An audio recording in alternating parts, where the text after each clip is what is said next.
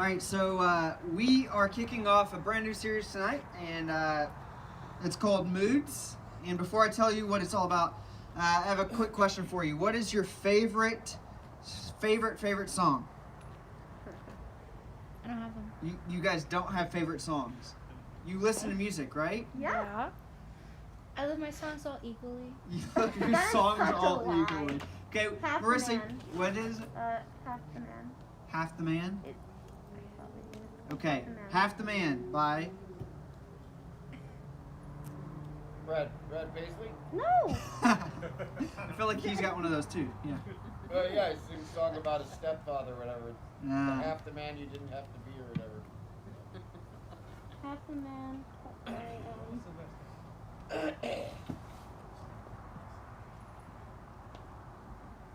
Half the Man. Jacob, do you have a favorite song? Jennifer.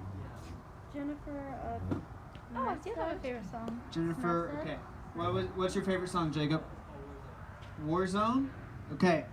I'm not going to have you guys sing these. What's your favorite song, Emily? Jennifer. Jennifer?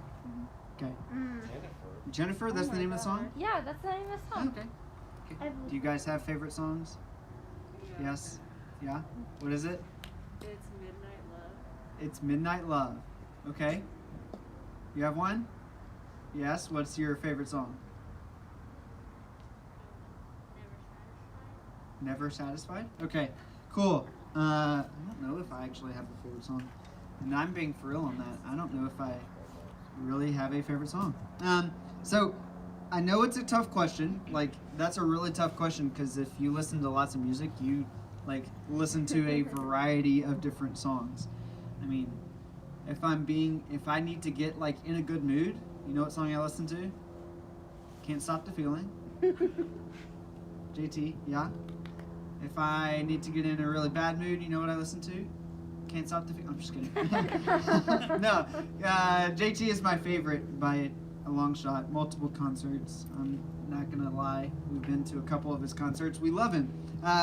When you want to get pumped up for a big game, you listen to like a higher energy song, right? I listen to, like, when I'm running, I like to listen to Lecrae, telling me to go hard. That's what he's got one. I think it's called Go Hard. Whenever you're really, really sad or frustrated, you listen to Taylor Swift, right? No? No? Is that just, is that the old Taylor Swift? Now she's the one that wants you to get really pissed off and go and burn everything down? That's the new Taylor Swift? I haven't actually listened to the new album yet. Don't give me any fret on that one. Okay, so maybe you guys have like those two songs, right? When you're mad, you want to listen to this really the song that's going to keep you mad, right? Sometimes. And when you're sad, you listen to the really sad songs and all that. And so each one of us have things that, like, when we hear certain songs, we feel certain emotions. When you hear like an upbeat song, it's going to make you feel a little bit happier, right? Or when you hear a song that's like very sad sounding, it's going to make you feel sadder. And it's pretty amazing how songs can make us feel happy, sad, mad, all that, isn't it? It's pretty crazy. Well, that's what our entire series is going to be about. It's called Moods, and it's going to be about our feelings, our emotions, and our moods. Woohoo! Yeah! So maybe you hear the word emotions and you think, oh yeah, I know what emotions are. Happy, mad, or sad. Those are all the emotions, right? Or maybe you hear the word feelings and you feel like, yeah, I'm totally familiar with feelings. I feel like I'm always hungry. That's me, right? See, as middle schoolers, high schoolers, you guys know that you get a lot of different kinds of feelings. And maybe you get 1,000,001 feelings each and every day. And while hunger is definitely a feeling you may actually feel and get in your stomach when you're hungry, it's not what we're exactly talking about. We're talking about like the legitimate feelings that you get towards people and your emotions and all of that. We're talking about what you feel in your mind. Now, chances are you might know how we're going to talk about. You might not know how to talk about your feeling or what you're feeling. You know you're feeling something, but you're not exactly sure how to say it, right? Sometimes you don't know how to say it, and by the time you figure out how you're going to say it, your feelings has changed, right? Sometimes that's how it happens. Your feelings can change fast.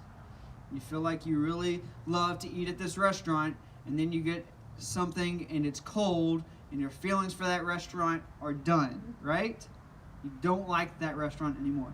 And often, what you're feeling goes beyond the feelings that you have words for. Sometimes you're more than just mad. Sometimes you're like really, really, really upset, and your mom grounded you this week type of mad, right? You're really mad, and you're going to slam the door behind you, and you really can't put your words behind what you actually feel.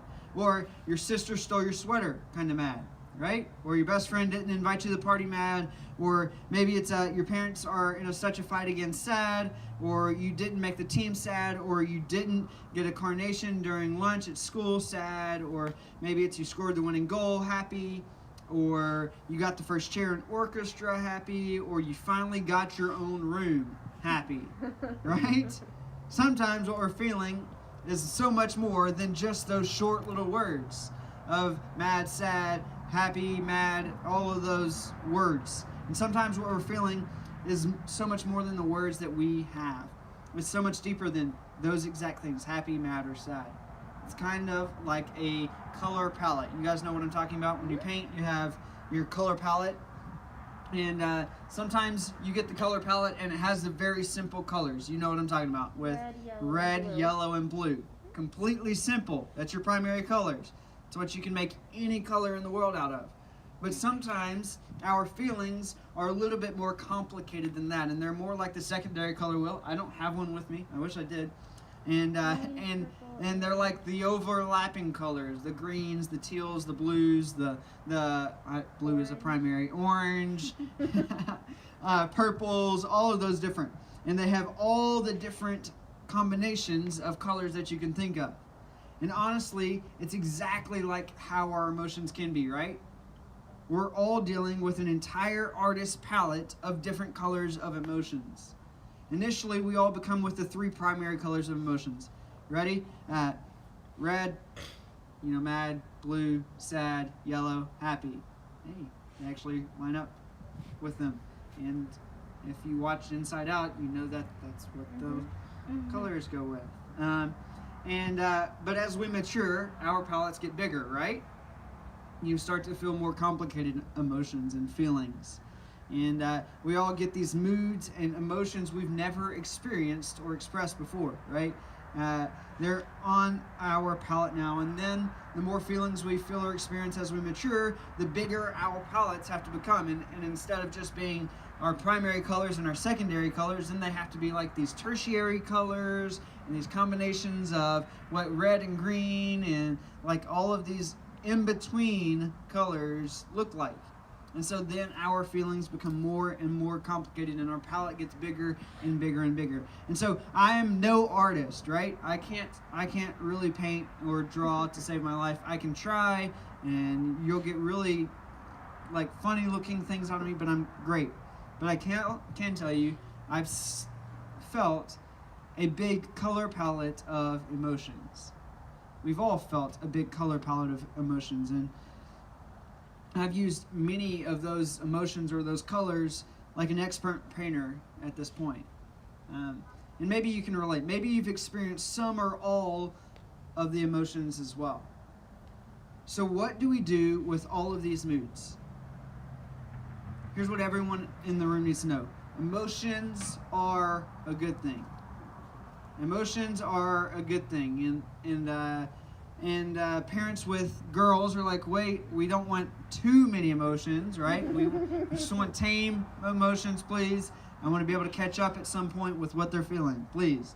Even bad emotions are good to have sometimes. Feeling what we feel is actually a great and healthy thing to do. But at some point, we've all probably struggled or been told we struggle with managing the different moods that we have. And that looks different for all of us. And maybe we tend to avoid letting our feelings or emotions really come out and don't show because we've been told that it may be weak.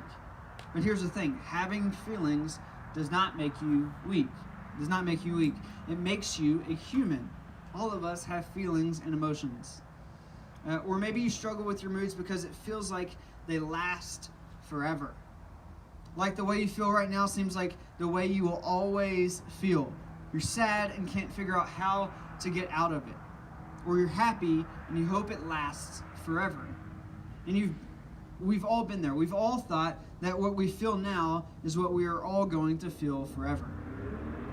Or maybe you don't think much about your feelings. Guys tend to get lumped into this category that we don't talk about our feelings, that we don't talk about our emotions, we don't do anything about it. Maybe you see people's worlds revolved around other people. Your parents, your friends, your coach, your older sibling, the kid in your small group, that guy losing it in a viral video. Like they lose their emotions, but yet you seem to not have emotions, right? Sometimes we are in that point and they seem like they're obsessed with their feelings, but you feel out of the ordinary because you can't really tell people what kind of feelings you have. Or maybe it's something you regretted. Maybe you yelled at your parents when you were angry and threw something at your sibling when you were frustrated, or you stormed out of the room and slammed the door when you were overwhelmed. Now, typically, these aren't the things that you usually do or say. And that's because, like a lot of us, you got caught reacting with your feelings. Like we all have at some point, you got stuck letting your emotions take part in what you do. In other words, you let your emotions be the boss of you. And honestly, we all do it. We all sometimes go too far into our emotions and let them take control of us. We all struggle with controlling our feelings instead of letting them control us. So after all, it is hard to say no to our feelings when they are so strong, right? It's hard to take control of our feelings when our feelings seem like they have literally all the power over us. See, the problem with this isn't that we have feelings. That's not a problem. There's nothing wrong with feelings or being in a mood. The problem starts when we let our feelings become the boss of us. The thing that I love about Jesus is that he teaches us is helpful for everyone, right? Whether you consider yourself a Jesus follower or not, there's something you can take from what we're going to talk about today. It's something really cool that Jesus said during his time on earth that can help us too. And here's what's cool about this. Not only can we trust what Jesus says about feelings because he is God himself, but we could also trust what he said about feelings because he was also a human just like every single one of us. He was a teenager at one point. He was a middle schooler. He was a high schooler. I mean, not in traditional sense, but he was that age at one point in his life. And that means he experienced the whole gamut of emotions as well. So when he talks about emotions, we can trust that we know that he knows exactly what he's talking about. So we're going to look at what he says in Mark 7, verse 20 and 20 through 23. And it says, "And then he added, 'It is what comes from inside that defiles you. For from within, out of a person's heart come evil thoughts, sexual immorality, theft, murder, adultery, greed, wickedness, deceit, lustful desires, envy, slander, pride, and foolishness. All of these vile things come from within you. They are what defile you.'" You see, Jesus was talking to a crowd of people when he said this. And that crowd of people were Pharisees and other teachers of law and all of the people who thought they knew exactly what to do right with God.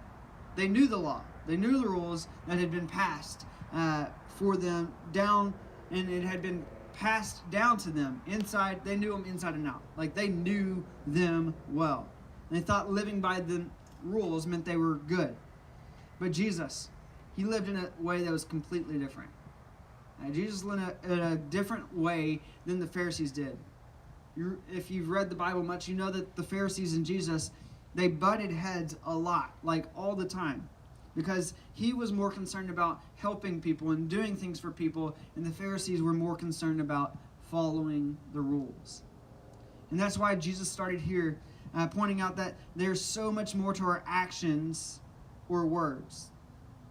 That long list of stuff that he talked about here, the evil thoughts, the pride, the foolishness, the deceit, the greed, all those things start from within.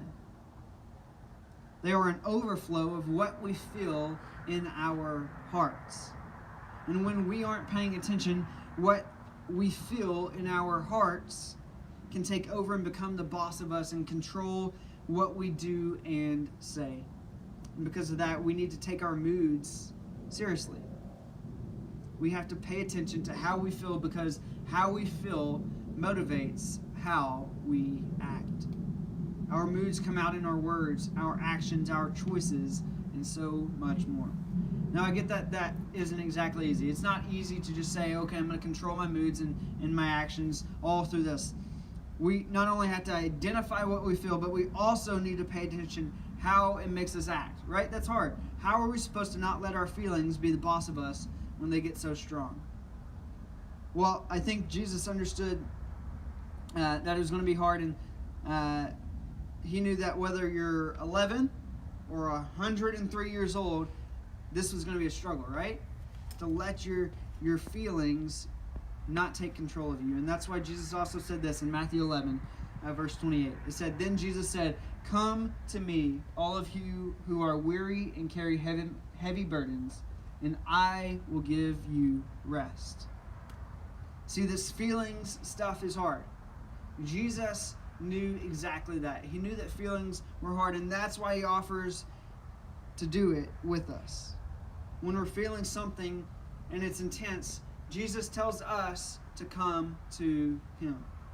When we're tempted to let our mood ruin somebody else's mood, Jesus tells us to come to him. When we're not even sure if we're feeling okay, like it's okay, Jesus tells us to come to him. When we're feeling like our emotions are out of control, difficult to understand, or simply making us act in ways we don't typically act, Jesus tells us to come to him, right? Maybe you're thinking that this sounds all great, but you're really not sure what it looks like to go to Jesus. Well, Jesus can mean different things to each of us. Maybe for you, it's trusting for that very first time that Jesus has control of you and can help you in your life, and you acknowledge him and accept him in your life.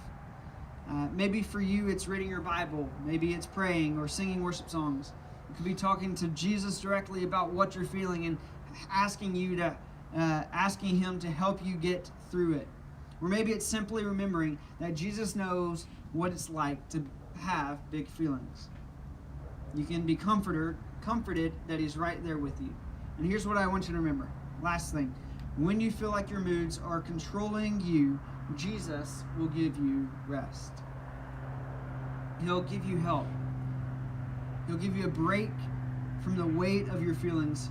He'll help lead you in a better way. We can go to him with anything that we're feeling. And Jesus will give us rest. He'll give us a place that we can be comforted, that we can give over our feelings to him. He's not scared of our feelings or our big feelings or our big emotions. He wants us to trust him through it. And so often it feels like our emotions are the boss of us.